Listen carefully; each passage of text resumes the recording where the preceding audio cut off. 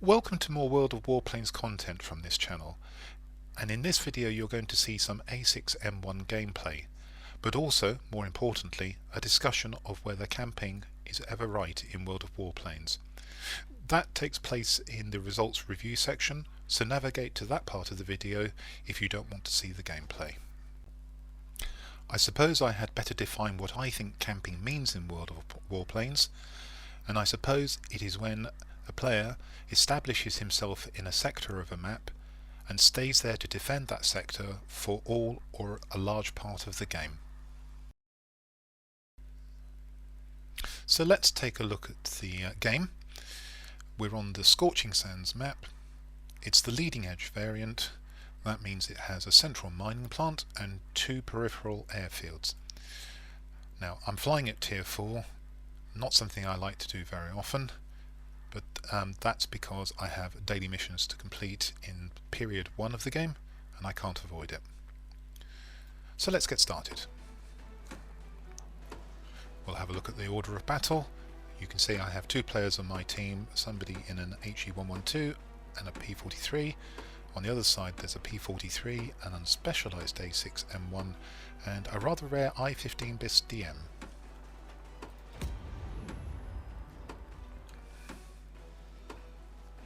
So as this video is about camping, you've probably guessed I'm going to spend most of my time over one sector, and spoilers, it's going to be the mining plant. I'll explain that in the review section, results review section.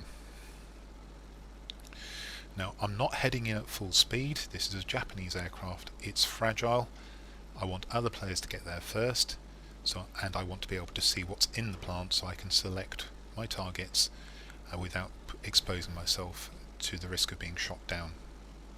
I'm keeping low, and this is because all of the flak at a mining plant, or air defence guns if you prefer, shoot high. If I fly low they won't shoot me. There are no air defence aircraft at plants.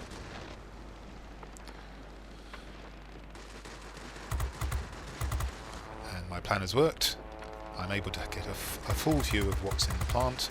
I'm able to stay on the periphery, and already I've disposed of one of the enemy players.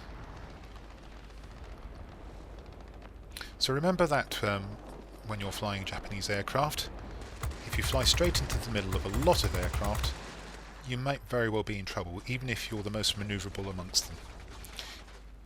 If you wait and you're patient, you can start selecting targets, preferably ones that are distracted or busy, and you can use the advantages of your aircraft to their full extent.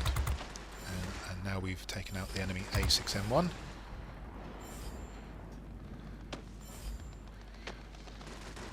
And now we can concentrate on the ground attackers, and if we can knock the ground attackers down, that will start flipping the plant to us. That's the plan anyway. All the time I'm keeping an eye out for enemy fighters or heavies diving upon me. It takes a long time to knock down a ground attacker, and that's plenty of time to be engaged by another aircraft unless you're alert. In this case it didn't happen. All the other aircraft are flying high at the moment, so there's not much for me to do unless I choose to fly into the yellow altitudes.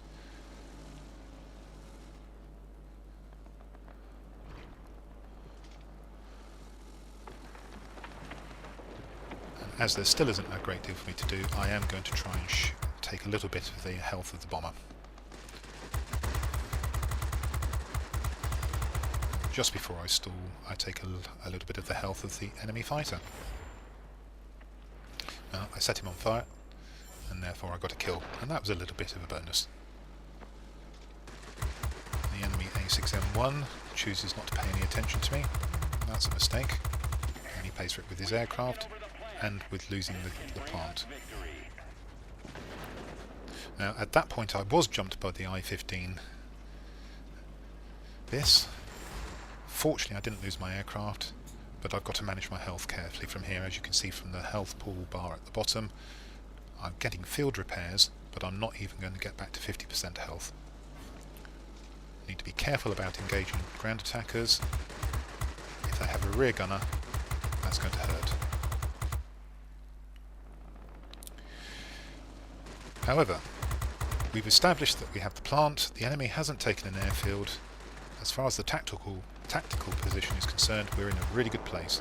If we hold on to the plant, we will win this game, and I'll explain that in the results review section as well. Now, in the effort to find something to do, I have actually come to a second sector. I did leave the plant. We've taken the airfield, and already I'm beginning to feel that this is a game that we're going to win. I'm heading back to the plant. It's key that we don't lose it, and I'm going to spend most of my efforts making sure that we don't.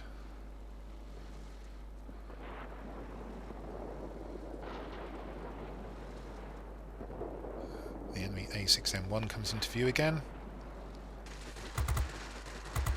I would suppose he's my main rival, and I'm low on health, so it's important I knock him out of the game. It was a little bit marginal, but I did it. The enemy is trying to capture the plant. Don't let them do it. The I-15 BIS pays me no attention as he comes into the plant, and he loses his aircraft. There's an important point here. It is a multi-role, it has ordnance, but you have to assess the situation before you choose to use it. You can't just ignore enemy aircraft.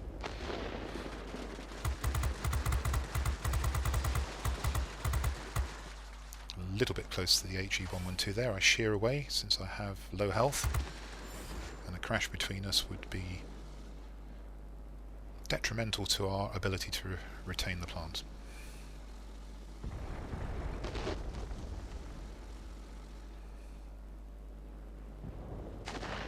Now, I'm not pretending this is the most exciting game in the world.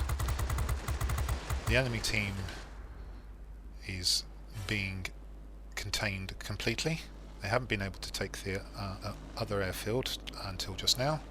We've had an airfield for a long time. We took the plant after a fairly stiff battle, it's fair to say, and we've held it ever since. You can see the scores are massively in our favour. So provided we don't lose the plant, this game is already won. And that's why I've chosen to stay here. I'm determined that we're not going to lose this plant.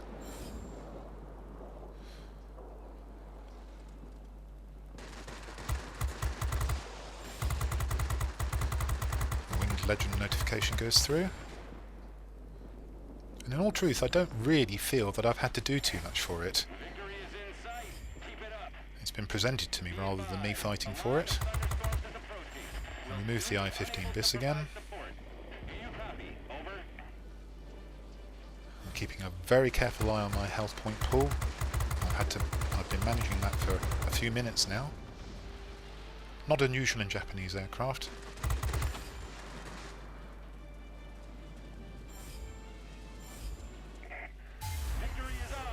And the game is over. We have a good clutch of medals and a decent personal points tally. So let's review the outcome of this battle, even though that's not the principal point of this video. You can see that I have 5 chevrons, and if we hover over the centre, that's confirmation of the best result for a fighter, a grade 1. I earned 91,071 credits, or silver if you prefer, with a premium account bonus, and of course bonuses will apply to the other items on this section. If we quickly go to the message box, we can see there were no expenses because my aircraft wasn't shot down and I used prepaid consumables. I earned 3,992 combat experience, 199 free experience, and 3 tokens, 1 for the Marseille, 1 for the Winged Legend, and 1 for the Hero of the Sky badge. Moving to the personal score tab, I obtained 17,320 personal points. A good game, not exceptional by any means, but a good game. I captured 2 sectors, I destroyed 19 aerial targets, which is 1 short of an ace, a little bit of a shame there. I did 3,103 damage to aerial targets, which is pretty good for a tier 4 fighter, 21 critical hits, and 820 capture points, quite high, and funnily enough, most of those were for attacking, and that's because it took a long time to capture the plant at the start of the game. If we look at the class-specific missions, 2 of them are complete, and 1 of them is 1 short of being complete. Moving to the Team Score tab, that was enough for first place.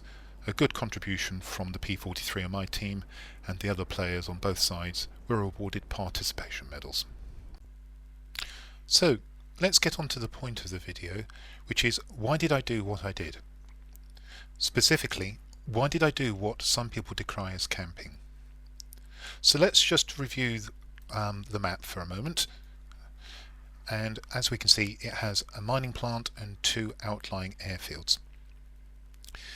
The mining plant is by far and away the most important sector on this map.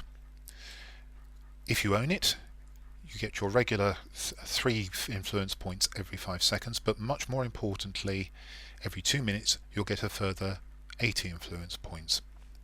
Now, if you do the maths, the team that holds the mining plant, if they do it right from the beginning of the game, will win even if the other team holds both airfields for the same period of time. Talking about the aircraft, it's not the best suited for going to a mining plant. There are no air defence aircraft for it to tackle. There will only be enemy aircraft. It's slow and it's fragile. If this were an unspecialised aircraft with a poor pilot and not very much equipment, I think the best decision would be to go to one of the 2 airfields and then decide what to do after that was captured. However, in this case, the aircraft is specialised. It has a good pilot with aerodynamics expert and aerobatics expert, plus the marksman 1 skill, and it has good equipment. The lightweight wing frame and the lightweight power unit are both at ultimate level. And you can see the manoeuvrability figure for this aircraft is 117. Given the opposition, and given the importance of the mining plant, I decided that was where to take this aircraft, and provided I didn't go head on into enemy ground attackers or get so high that the air defence guns could shred me, this aircraft stood a very good chance of capturing the plant. And if the plant was captured, being the most important sector on the map, the game was in a position to be won. And that's what happened. Now, call that camping if you will, but it was the right tactical decision, and ultimately it led to the battle being won. So that's it for this video. You've seen some A6M1 Zero gameplay and a discussion of so-called camping in World of Warplanes. I hope you found something of interest, and I'd like it if you left a comment whether you agree with me or disagree with me. Until the next time, this is Royal Flying Corps signing off.